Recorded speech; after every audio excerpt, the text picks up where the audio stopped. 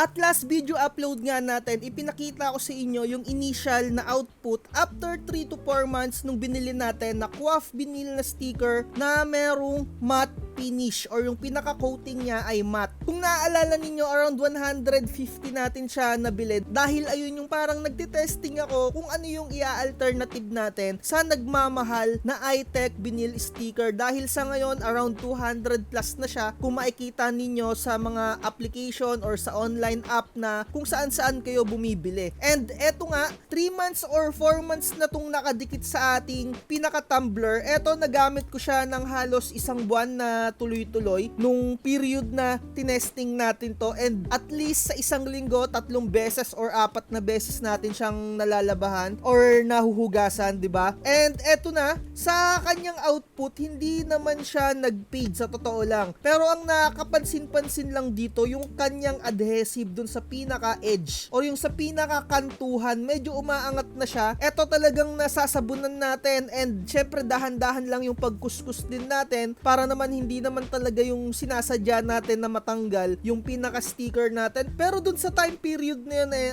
okay pa naman siya. Although dito medyo umangat lang. Okay din yung kanyang output kahit na medyo naaarawan siya. Syempre pagka nagja-jogging tayo, nilalapag ko lang to doon, naaarawan to. And kung saan-saan natin nabibit-bit to. Pero nung mga around 2 months na or malapit na mag 3 months, bibihira na ako makapagtakbo-takbo. And syempre kahit naman nandito to sa bahay, nalalaman and dun sa period na yon medyo sandali na lang din siyang nagagamit, pero okay pa rin. At syempre meron tayo ditong hindi nilagyan ng photo top. Eto, kung mapapansin ninyo, hindi naman talaga siya totally na nag-fade. Medyo meron lang siyang mga damage. Syempre kapag nahawakan ko siya, yung kuko ko tumatama, kaya nakukut-kot yung ibang mga coating or yung ibang part, kaya medyo may mga damage siya. Pero when it comes sa adhesive niya and sa price niya, okay na okay siya mga tropa ko. At lalong-lalo na siguro pwede nyo tong gamitin. And syempre alam ko sa mga nanonood dito sa atin, nakikita ko din yung kanilang mga page, merong mga mangilan-ngilan na gumagamit netong QWAF. Sa totoo lang, pwede na tong pang alternative, lalong-lalo na kung medyo nagsisimula ka pa lang at syempre kung medyo mababa yung pinaka singil-singil mo dyan ng vinyl sticker. At makikita mo naman kung pang product label lang, maganda rin pa rin yung pinaka-output niya. Pigment ink yung gamit natin dito, Hansol, madikit pa rin siya. Panalong-panalo na to kung for product label, and pwede na rin naman to sa mga sticker na ganito na ididikit sa mga tumbler or syempre kahit papano yung mga pang moto vlogging na pang giveaway. Ako kasi mga tropa, medyo naghahanap ako ng sync quality kasi talaga netong iTech. Kaya nag-experiment tayo. Nung nakaraang vlogs natin, yung Yopsun yung nakita ko na itinesting natin. Antayin lang natin na medyo dumating yung around 3 to 4 months dun sa aking pinrint. Titestingin din natin yung adhesive niya kung tatagal. Pero dito, masasabi ko na pwede na rin tong QWAF na pang alternative. Sumasabay siya mga tropa. Ang iniiwasan ko lang kasi dito kapag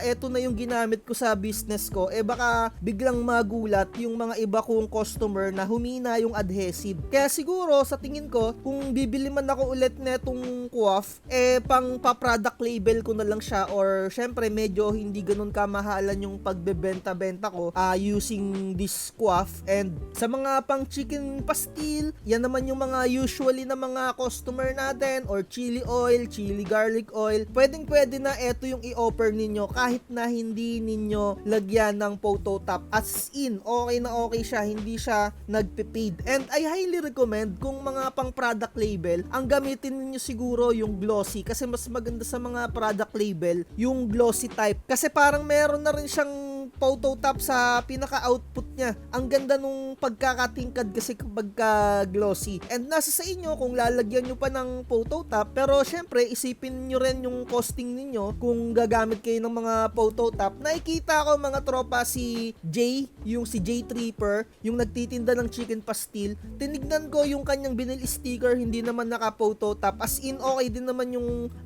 pinaka-sticker niya. Syempre as product label, alam ko na vinyl sticker din yung ginagamit nun. And try nyo rin tikman yung chicken pastil no ni J Tripper. Okay din yung lasa niya sa totoo lang. Wala lang, nabanggit ko lang. And mabalik tayo dito. So far so good. Eto lang talaga yung medyo naging damage niya. Kasi may mga vinyl sticker din ako na kinabit dito. Medyo malalaki yung pinaka-print niya. As in, madikit pa rin siya. Even the QWAF na photo sticker, madikit pa rin siya, hindi siya tumitikwas. Eto, photo sticker lang to na hindi naka-laminate, pero okay na okay pa rin yung adhesive niya. Okay din yung output niya, hindi pa rin siya nagpipade. Eto, hindi to QWAF mga tropa, ibang brand to. Eto lang yung QWAF na pinrint natin. So, subukan nyo rin na bumili ng QWAF na vinyl sticker. Ito ay waterproof ha mga tropa. Ito yung bibilihin ninyo, yung merong plus 2. Kasi kung ang bibilihin ninyo, yung pinakaluma pa, ito, yung ganitong style, hindi to waterproof na babakbak yan. As in, kapag ka nabasa, kapag ka nagprint ka dito, even pigment ink nabubura. Kaya ito, sa tingin ko, wag kayong mag-avail neto kasi ang pangit neto eh. Kung titignan nyo yung presyo, mas mahal pa nga siya kung ikukumpara mo dito sa pinakabago nilang design or pinakabago nilang brand na vinyl sticker neto ni QWAF,